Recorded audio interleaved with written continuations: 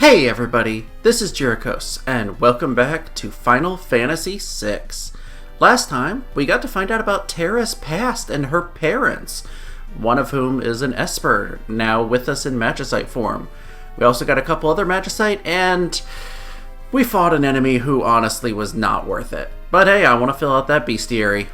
This time, we're actually going to continue the plot and head back to Narshe. So let's wander in and see what happens now that we return to the city. We've been waiting for you. Please, follow me. And let's head back to the Elder's house.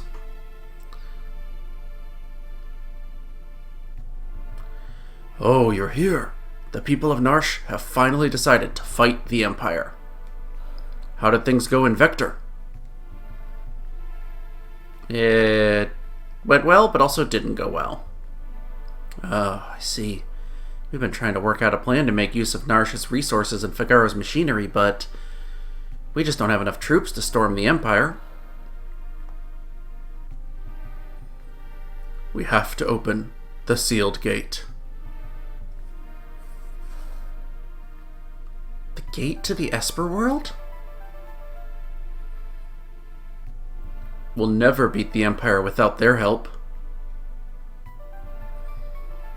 The sealed gate lies to the Empire's east. When we open it, the Espers can attack from there while we launch an invasion from the north. An attack on two fronts. We must re-establish the bond of trust that once existed between humans and Espers. The Espers must be made to understand, and there's only one among us who can make them.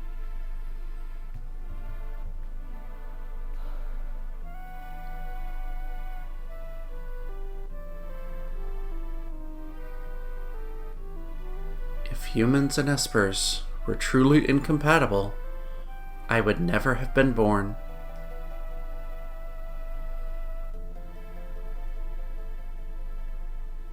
I'll do it.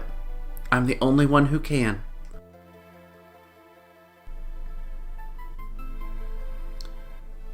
And so, we have our next task. If we can get the Espers to understand, we can put an end to this war once and for all. Terra, I know you can do it. The sealed gate lies far to the Empire's east, but they keep it under tight surveillance. Please find a way to slip through and open the gate. Now we are left with no choice but to take up arms against the Empire. I suppose this was inevitable. So, our next task is to go to the sealed gate, which is beyond that Imperial Outpost we found. However, before we do that, there's one very important side quest. Let's see, didn't we hear from this guy? Yeah, he saw some Moogles playing with a Yeti. You know what? Why don't we investigate and see if we can find some of those Moogles again. But before we do that, head over here. You'll remember there was the house with all the treasure chests.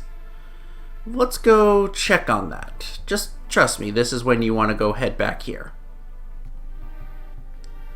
And if we head inside... Gah! Caught in the act! Hello, who are you? Lone Wolf the Pickpocket. This treasure's mine now. Yeah, he was the one who was in jail in Figaro Castle, but he's broken free. And he took what was in that treasure chest. Alright, fine. Let's see if we can track him down and get that from him.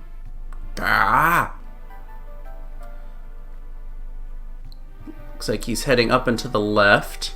Yeah, if you watch carefully as you walk along, you'll see him a few times, and it'll kind of give you a hint of where he's going. So he headed off to the left. Let's try heading up.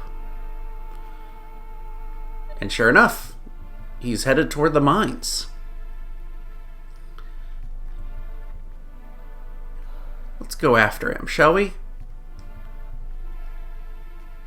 And if we head up here, oh, there he is, off to the right. Persistent, aren't ya? Well, you know what? Let's see if we can find a way to where he was. If you head up here and keep going up, you'll just wind up where the Esper was at the very beginning of the game. There's nothing to find up there. Instead, go through this tunnel that we couldn't access in our Magitech armor, and we find a new pathway. I'll go ahead and tell you, the enemies that you find here are exactly the same as the very beginning of the game.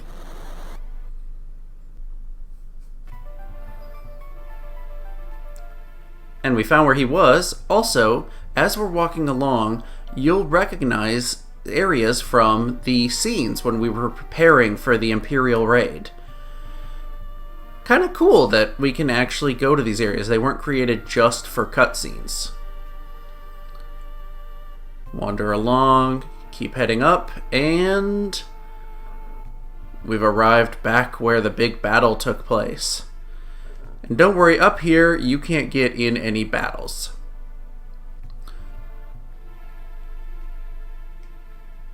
Well, we found where he went, and he's got a Moogle. That's far enough. Come one step closer, and the Moogle gets it. Try going closer, and he just repeats the same thing. Stand still, don't move at all, don't leave, don't go toward him, and eventually... Kapow! Got a wild one. Ah! And... Uh-oh. Grr, you'll never get this gold hairpin. So if you go help Lone Wolf, you'll get a gold hairpin, which is a relic that cuts your MP use in half. Very useful. I don't want it. We want to save this Moogle, because we're good people. Thanks, Kupo.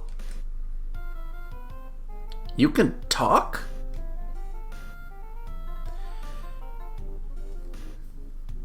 A Moogle who speaks the words of men and can summon the Earth's power through his dance.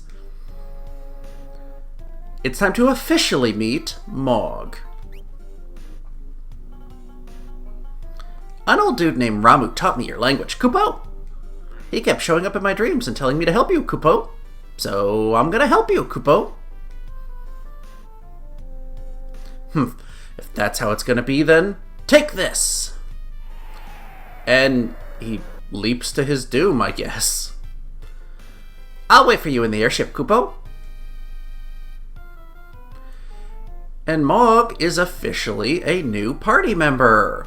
Yeah, this is optional. You do not have to recruit him here. In fact, if you choose the gold hairpin, you can't recruit Mog for a very long time. And you will miss out on one very important aspect of his abilities. I'll get to that in just a little bit. First thing first, let's leave Narsh and head back to the airship. I was going to say I'll cut, but I mean, it's not going to take us any time to get back there. So let's just walk real fast. And we'll be out of here in no time. It's funny, the save point is actually gone from in here. The one that was the very first save point we saw. I'm not sure why, but they removed it. Not a big deal since we hardly ever go back up there. So let's exit the town and... Actually, you know what? How's our health? Yeah, let's just stop at the recovery water real quick since Tara's used so much magic. Oh, hello. I forgot. You're here. No, we already know about Espers. You don't need to talk to us. Yeah, once you finish the first trip to Zozo and you have some Magicite, that guy shows up in the beginner school to help reteach you about it. Anyway, let's hop onto the airship. And I didn't show off before, but as soon as you have the airship and you go amidships, if you head down, you'll actually find all of your party members hanging out. And you know what? Talk to them. Go-po-po! They all say something and give you a chance to change up your party members. Let's take a quick moment. Put Mog here. He'll be the sole party member. And let's wander around and talk to each person just to see what they say. Gotta get stronger on the veldt. It's just one-liners things here. We'll bring back peace to the world, no matter what. Tara, where'd you go? Don't worry, I'm sure a peaceful future is right around the corner. Aw, so optimistic. I cannot forgive the Empire.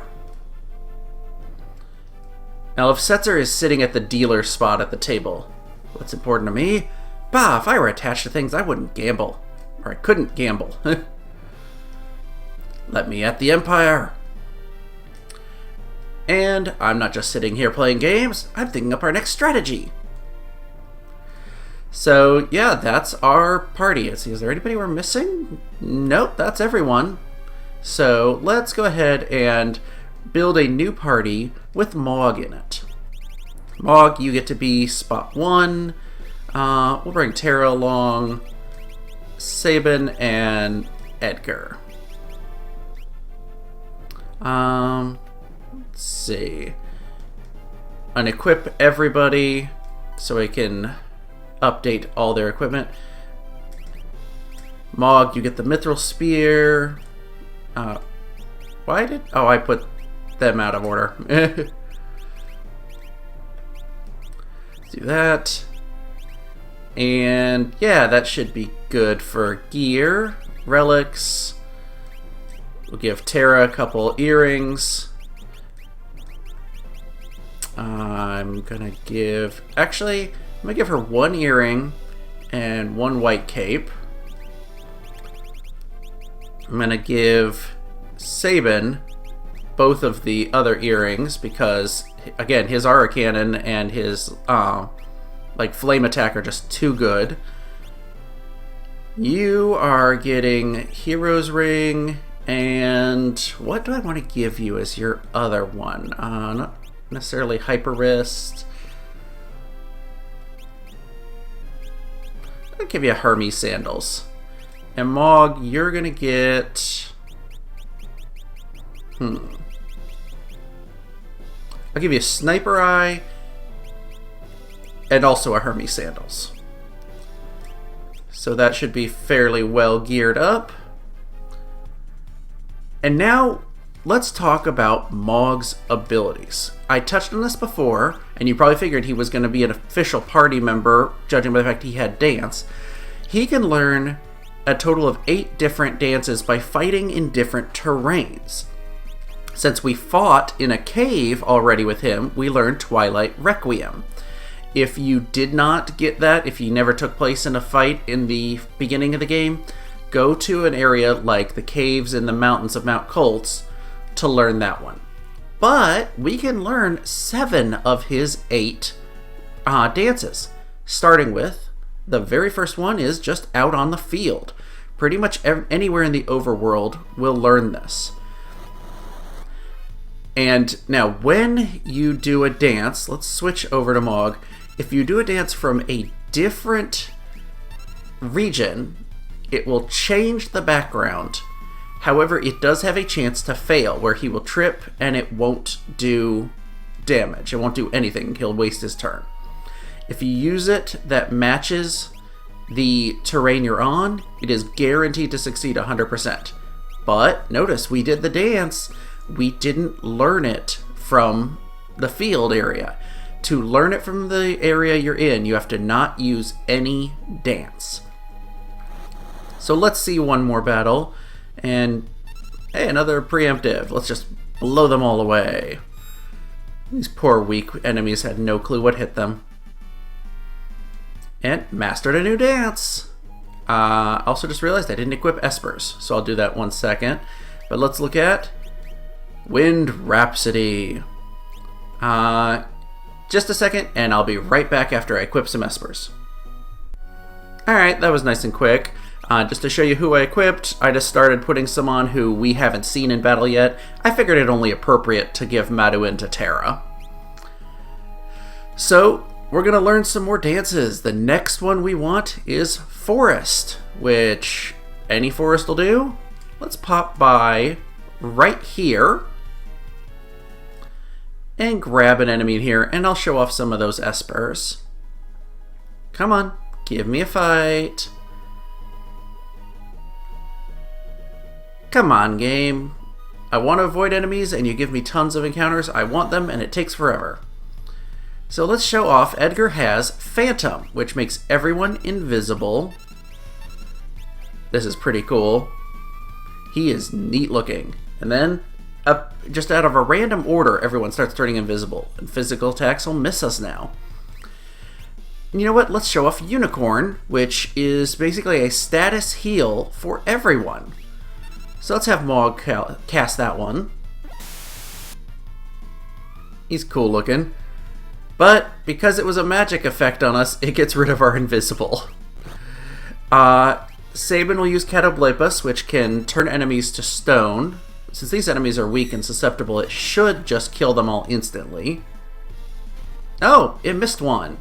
Well, perfect opportunity. Let's show Madeline off. Terra summons her father, who looks pretty badass in his summoning animation, I have to say. And I'm going to keep Madeline on Terra as we go through, so she can learn some specific spells, because he is neat. He teaches Fire, Blizzara, and Thundara at a rate of 3. Pretty nice. Plus he gets extra magic for level up. It's like he was made to be compatible with her. So you know what? Let's do a few more. Carbuncle, this is the one we saw from Setzer's bar, where he did a random summon. But we're going to summon him directly so you can see him. We've seen Golem, and let's do Zona Seeker. So, oh, and of course Mog got his new dance, which was Forest Nocturne for forest enemies. And I specifically parked here because we also want a desert battle. Come on, Mog. Give me something good. Give me something good. Yay, weak enemies. Mog, you get to use Carbuncle. Not that it matters on these guys, because, of course, they're doing pretty much no damage, which that is magical. But you know what? We're in a desert. Let's summon a giant whale to do water attack. And if that doesn't happen, we'll do Zona Seeker. Bismarck. Very nice. Should blow them away. Oh yeah. Very good damage there. One more new dance here. We're just racking them up. You can get, as I said, all but one of them right away. So Desert Lullaby. It's actually, they each have different specialties. So I'll go ahead and I'll show them all off once we get all of them. But for now, the next thing we want is fighting in a town, which you may think will be hard to find, but there's one specific place you can always go to guarantee you'll get in fights in the middle of town. And that's Zozo. So let's head in here and give me some, gobbledygooks, or is that what they call them in this version of the game? Yeah, gobbledygooks and a harvester. And I didn't change up my espers. So, you know what we'll do? You get to see Zona Seeker, who improves our magic defense. And we'll do Madeline again. Yeah.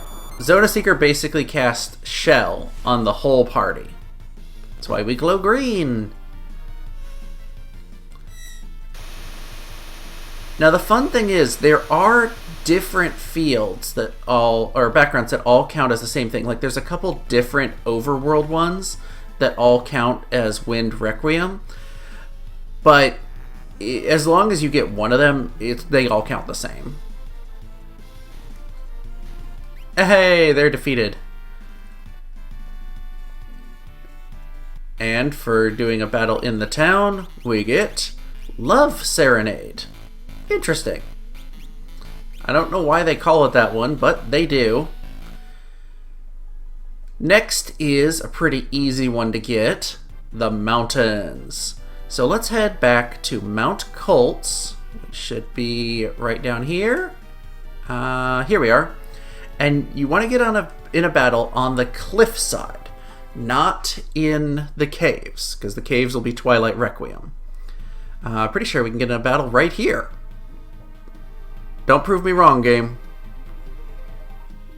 It's going to prove me wrong, isn't it? I know we can get in battles on the other cliff faces, but Nope. Okay, fine. We'll go through here. Oh, change up espers so we can see more of them. Oh, Seraph, you're the last one. Yeah, Mog, you can have Seraph. So now I actually want to give them who they're going to be learning spells from.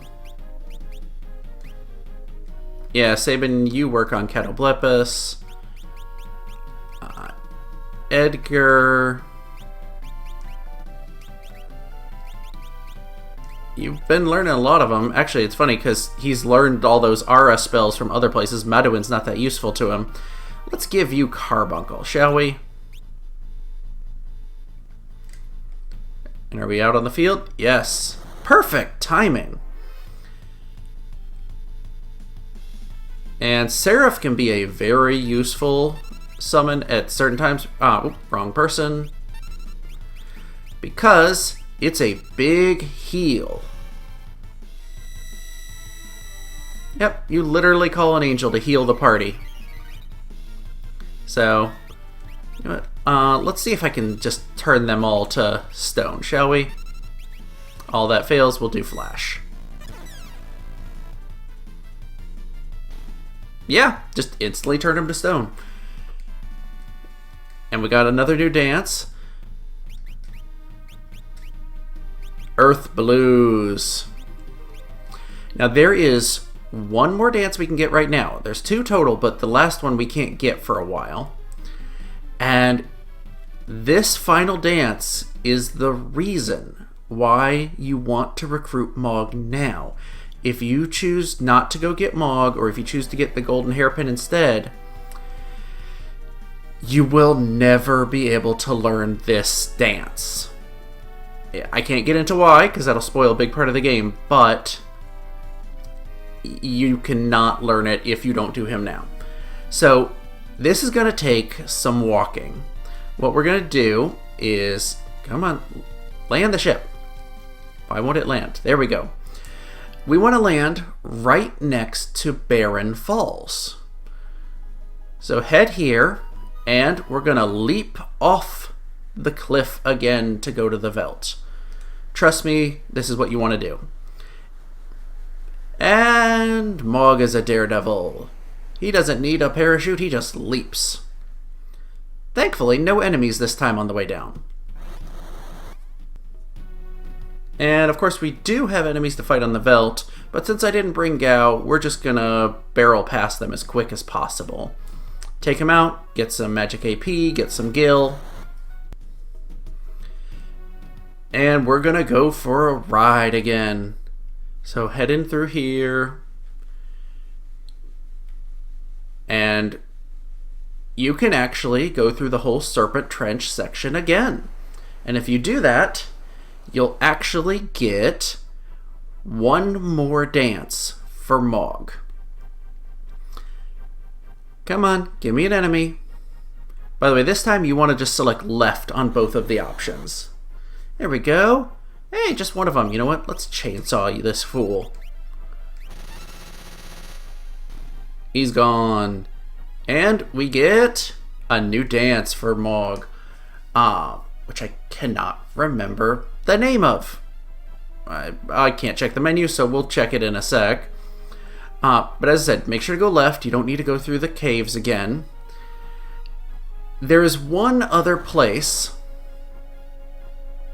You know what? I'll show off this battle. That way we can see what the dance is. It is Water Harmony. Arguably one of his most powerful dances.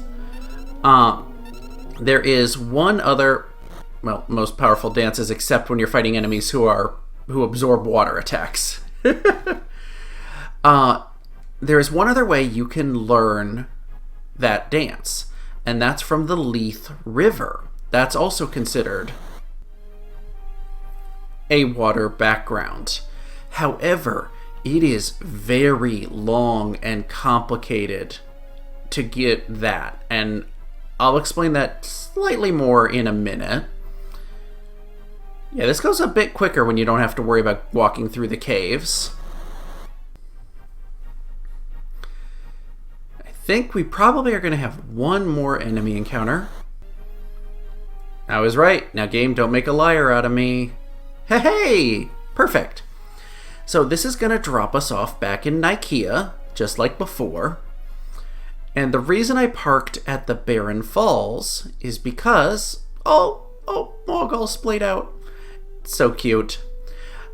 Is because I didn't show off before, but if we head up to the left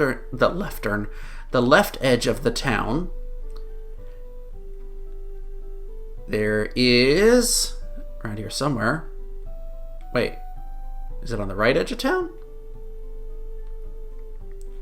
It's around here somewhere, I know. Oh, it is the right edge of town. There's a chocobo stable. So let's go ahead and grab a choco for 80 gil. So we can avoid some random battles here. And we're going to head north. Now, you can go over this bit. This spot right here, you may remember when I started Sabin's scenario, I accidentally went the wrong way and got stuck at a dead end. That's right here. The dead end is gone once you have your airship. I don't know, I guess a landslide happened and rocks got moved. So let's use our chocobo to, wrong way, go right. Go all the way back to Barren Falls. Recognize the crazy old Coot's house. You can go visit Doma if you want, though the Imperial troops are still there, so there's no real cause for that. I'm going the wrong way, aren't I? I am. Well, hey, we're exploring, and thankfully, because there's no enemies, it's not a problem. And we get to listen to this great music. Let's see, go through here, Imperial camp. We don't ever go back in there again. Take this bridge, and the Phantom Forest you can actually run right over. And with all that, we're back here at Barren Falls. Hop off the chocobo, hop on our airship, and you know what? Let's take a moment and look. Mog now has 7 of his 8 dances. So Wind Rhapsody, well, basically, let me say, all the dances, there are 4 different things Mog could do. There's a most common attack, there are 2 slightly less common abilities, and then there is a 1 in 16 chance that he'll summon an animal from that area to do something. Kind of reminiscent of the Ranger from Final Fantasy V. But Wind Rhapsody, they all do attacks on enemies, but this also will do some healing for enemies, or for allies, excuse me. Forest Nocturne has some curing of status ailments. Desert Lullaby can cast Hastega on allies. That could be really useful if we weren't already using the Hermes Sandals. Love Serenade also has some status ailment healing. Earth Blues attacks enemies and heals allies. There's some crossover, like the healing ability from Wind Rhapsody is also in Earth Blues. Water Harmony heals allies and cures of status ailments. All 3 of these have status ailment healing. And Twilight Requiem, which is just straight darkness attacking. Twilight Requiem is probably the one I'm going to use the most going forward for a bit, until we get that last one. But we have the freedom now to pursue our goal. Before, though, I'm going to tell you about how you do the Leith River one. Alright, so what you need to do is you go to the Returner's hideout. From the hideout, you hop on the raft and ride through the Leith River like before. And you have to go through the whole thing again. You'll learn the water dance there, and when it finishes, it doesn't pop you out where where Edgar, Terra, and Bannon did. It pops you out where Sabin did, which means all the way over here by the old man's house. And the quickest way to get back is to walk all the way along this path back to Nikea. And from Nikea, you take the ferry to South Figaro. Pops you there, leave the town, go back through the entirety of Mount Colts, come out the other side, and you get back to the Returner's hideout. So it's not horrible, but it's definitely faster to do the other one, especially because you can take advantage of the Chocobo all the way from Nikea to Barren Falls. And those are the only places you can learn the water dance, is Leith River and the Serpent Trench. Now that we've gone through all of that, I think it's time. We're going to actually progress the plot and head to that Imperial Outpost so we can check on the cave to the sealed gate. And before anything else, I'm saving. Actually, I'm using a tent, then I'm saving. Because, let's see Mog's tent. Oh, it's a cute little white tent. I like it. Yeah, it's kind of your character's color palette dictates which of the few tents you'll see. So save our game. We're pretty much outfitted. Nice thing is, Mog joins at a higher level than pretty much everyone else. So it's good to have him in the party doing some good damage here going forward. And that's odd. There aren't any guards. We shouldn't stand around. Let's go. Let's wander through and try to go inside. Nothing here. If we head down, it's locked. So we can see there's treasure chests in there. Might be something good. No way of knowing right now. Head up, wander around. There's nothing else to find in the area. It's literally just an empty area because all the guards are gone. I wonder why. But head up to the right and it drops you off at the other side. And almost immediately, oh, the music. We're in the cave to the sealed gate.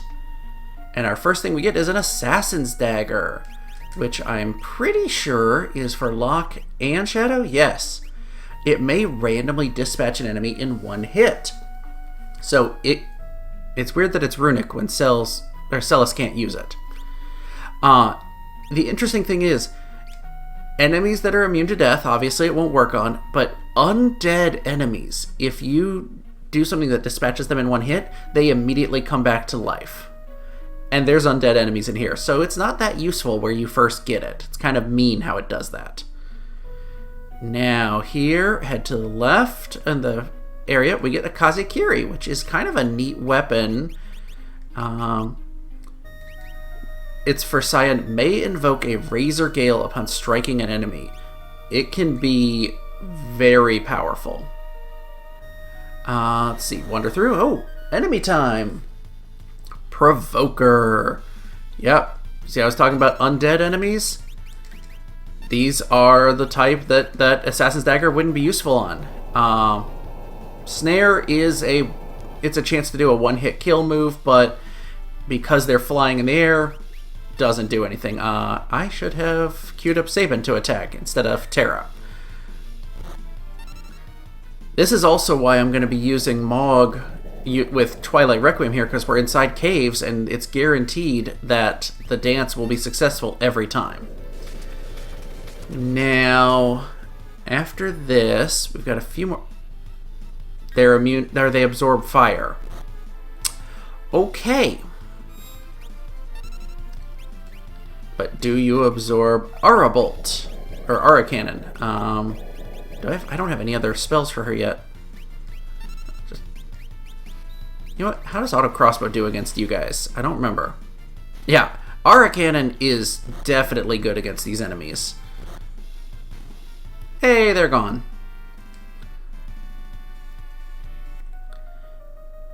Now, if we continue on, it's interesting looking.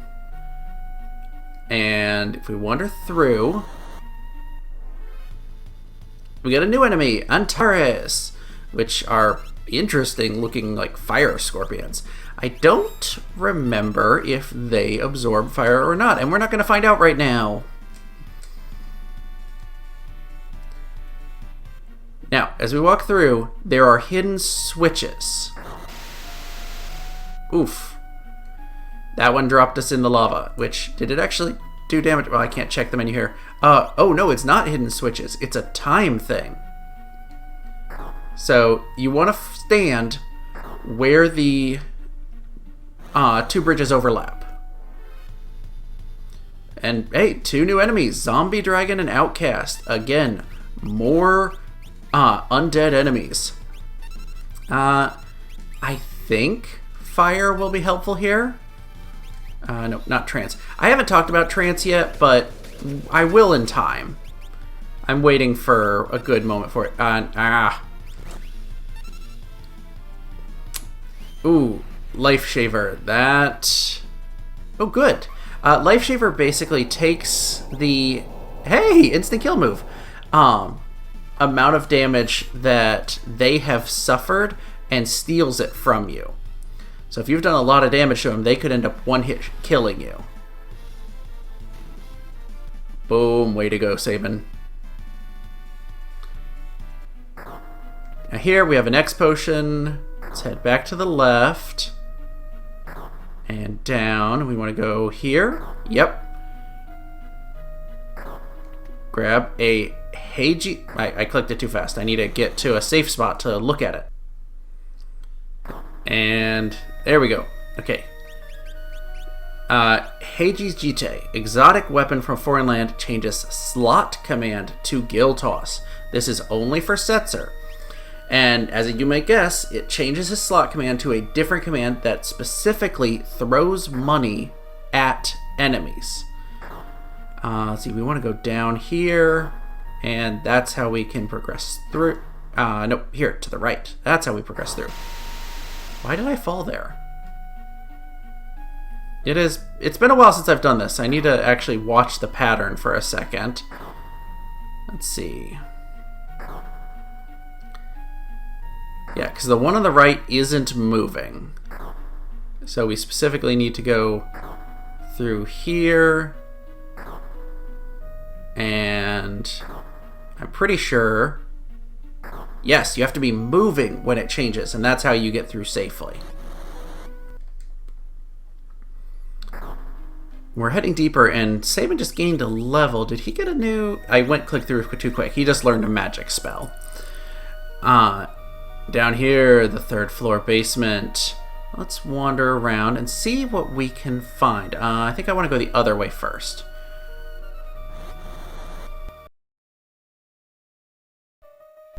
Yeah, let's wander down this way. Because there's an item we can grab. A high ether.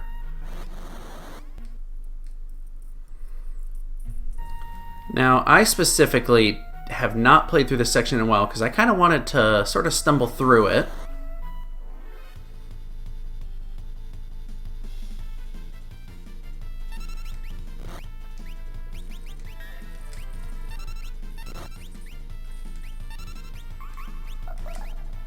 Oh, poisonous frog. Okay, well, that healed the enemy, but that is the 1 in 16 chance animal that you can get with the cave dance. And at this point, we're just going to show the rest of this battle because we should be able to take him out, no problem. Sabin's Aura Cannon is so helpful in this area. Just massive damage. He actually did almost 3,000 damage to a zombie dragon in an earlier battle.